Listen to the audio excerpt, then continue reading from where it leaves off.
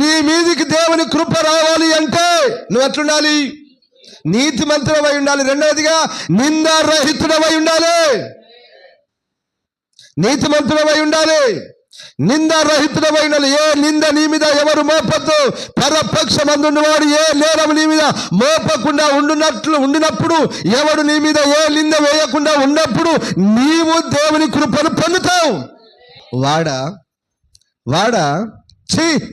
వాని పేరెత్తకు పాస్ గారు, అమ్మో దుర్మార్గుడు, దొంగ, అబద్ధికుడు, నీచుడు, నికృష్టుడు, మోసగాడు, అలాగ చెప్పొద్దు. ఆమె అబద్ధికురాలు, మోసం చేసేది, పనికి మాలింది, దొంగ, తిరుగుబోతు, అలాగ చెప్పొద్దు.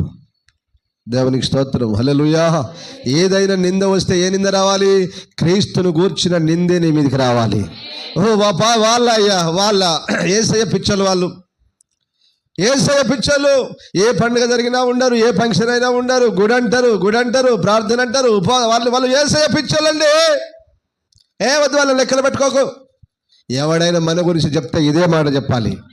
ఆమెన్, హల్లెలూయా, హల్లెలూయా.